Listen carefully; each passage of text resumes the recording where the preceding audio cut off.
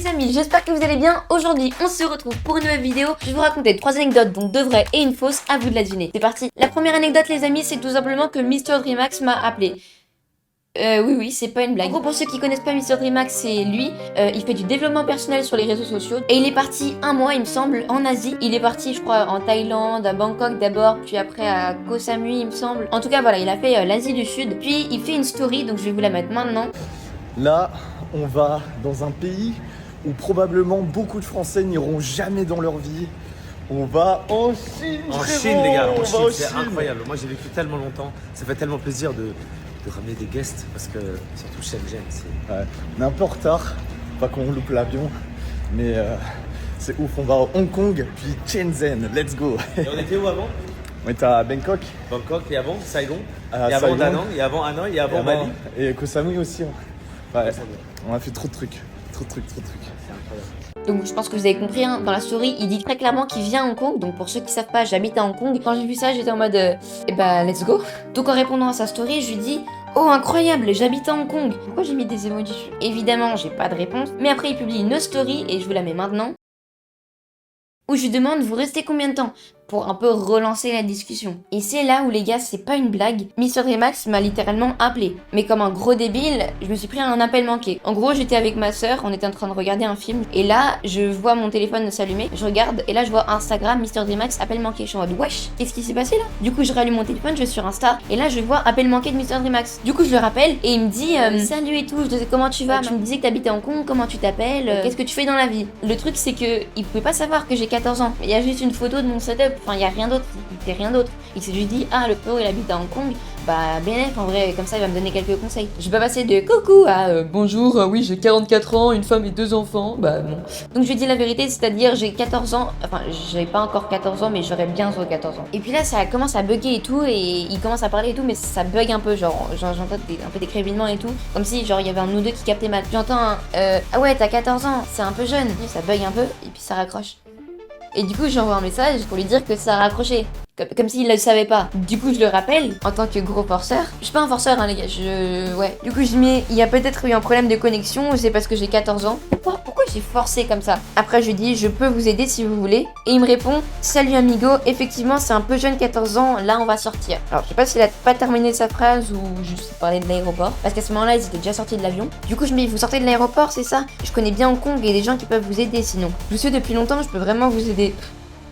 J'ai vraiment forcé, hein. En mode, frérot, je te suis depuis longtemps, t'inquiète, je suis abonné, nanana. Après, je vais en rajouter. Après, je mets, bien sûr, je vais évidemment pas m'imposer, juste dites-moi si vous avez une requête. Ah, une requête, carrément. Du coup, je le rappelle. Après, j'ai fait le forceur. Je pense pas que tu vois cette vidéo, mais si tu vois cette vidéo, je suis vraiment désolée, j'ai vraiment forcé. Et il m'a répondu en disant, tranquille, amigo, on a déjà des contacts sur place, je te remercie. Je mets, d'accord, pas de soucis, désolé du dérangement. Alors, je pense qu'il avait un peu de la peine, je sais pas quoi. Il s'est dit, bon, vas-y, frérot, je vais lui demander. De toute façon, je vais jamais le voir, hein. Et il me met, il y a quoi à faire intéressant pour nous à Hong Kong. Je lui dis aujourd'hui vous restez combien de temps? Et là je lui envoie un pavé, frère. Je lui envoie un pavé un pavé quoi, un pavé pour lui dire un peu tous les trucs etc à Hong Kong vite fait hein, bien sûr. Alors que c'était juste avant que je stream avec Maddy, c'était live avec Maddy. 15 minutes avant le live j'ai commencé à lui écrire ce pavé et mais merci beaucoup pour les recommandations amigo, tu gères, t'es le best. Alors ça s'est terminé comme ça, je pense qu'il en avait juste rien à faire hein, malheureusement, mais bon en même temps j'ai fait un peu le forceur, je suis vraiment désolée encore une fois. En gros il s'est un petit peu baladé et surtout aller au Peninsula avec plein de ses potes, etc.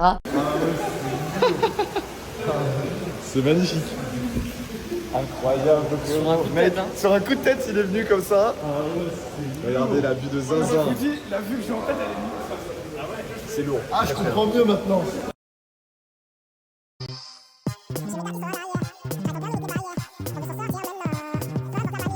En gros, pour ceux qui connaissent pas, le Peninsula, c'est un hôtel 5 étoiles ou un palace. Donc c'est là où il a fait cette superbe photo. Donc voilà, c'est tout pour cette anecdote. À votre avis, est-ce qu'elle est vraie ou est-ce qu'elle est fausse? À vous de trouver, je vous le dis tout ça en fin de vidéo. Prochaine anecdote.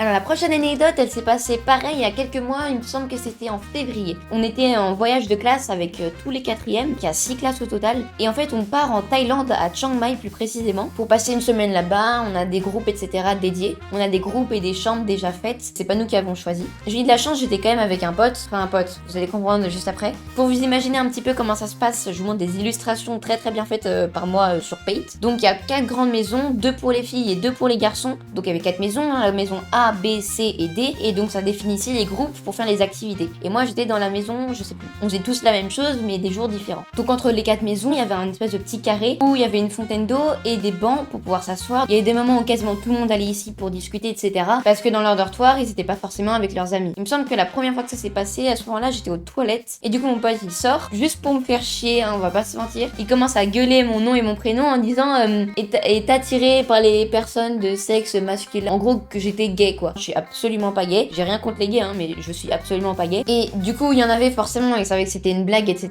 Et du coup moi j'arrive, je sors et j'entends dire ça en train de gueuler. Je vois oh mais pas du tout, c'est complètement faux, hein, c'est complètement faux ce qu'il vous dit etc. Et lui il rigole, il continue à dire ça. Moi du coup ça commence à m'énerver et il y a des gens qui commencent à venir vers moi en disant oh Maëlle est-ce que t'es vraiment gay et tout, t'inquiète hein, je respecte ça, hein, t'inquiète, je veux juste savoir est-ce que t'es gay. Je dis mais pas du tout, je vous raconte n'importe quoi. Il dit ah vraiment? Je dis ouais vraiment. Il me dit ah ok. Je suis en mode mais non mais c'est lunaire. Je veux dire il y a des gens du coup forcément ils savaient que c'était faux. Il y en avait d'autres qui savaient pas trop, du coup ils venaient de me demander. Et le pire c'est que c'est pas la première fois. Ça c'était genre vers le début de semaine. Il a fait ça encore à plusieurs reprises, au moins 2-3 fois dans la semaine. Et bon de toute façon au bout d'un moment quand tout le monde sait que c'est faux, bah voilà hein, on laisse faire. Hein, qu'est-ce que tu veux.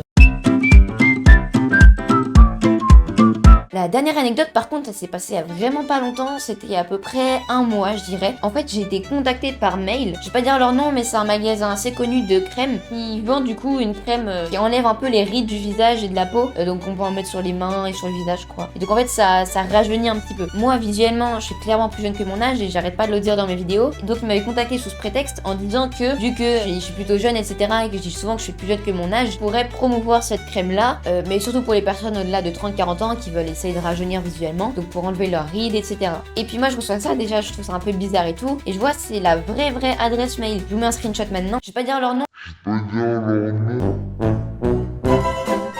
Et en gros, c'était la vraie adresse mail certifiée par Google, etc. Déjà, je trouvais ça bizarre qu'ils me contactaient moi du haut de mes 7000 abonnés. L'offre était à 500€, qui est quand même pas rien, en tout cas pour un petit youtubeur comme moi, encore une fois. Donc 500€ pour la vidéo. Il y avait des critères hyper stricts, etc. Je suis en mode ah ouais, c'est un vrai truc, machin et tout. Je vois ça, je joue avec mes parents, et finalement, je me dis que c'est pas forcément la meilleure idée, que c'était pas forcément adapté à mon contenu, et c'était pas vraiment dans ma personnalité de promouvoir une crème anti-âge. J'ai terminé de vous raconter les 3 anecdotes, donc maintenant vous allez devoir deviner laquelle est la fausse. Max m'a appelé, mon pote a fait croire à tout le monde que j'étais gay, ou encore la marque qui essaie de me contacter pour que je promouvoie leur crème anti-âge. Vous pouvez mettre pause maintenant, je vous donne 5 secondes pour écrire votre réponse dans les commentaires. À vous de jouer.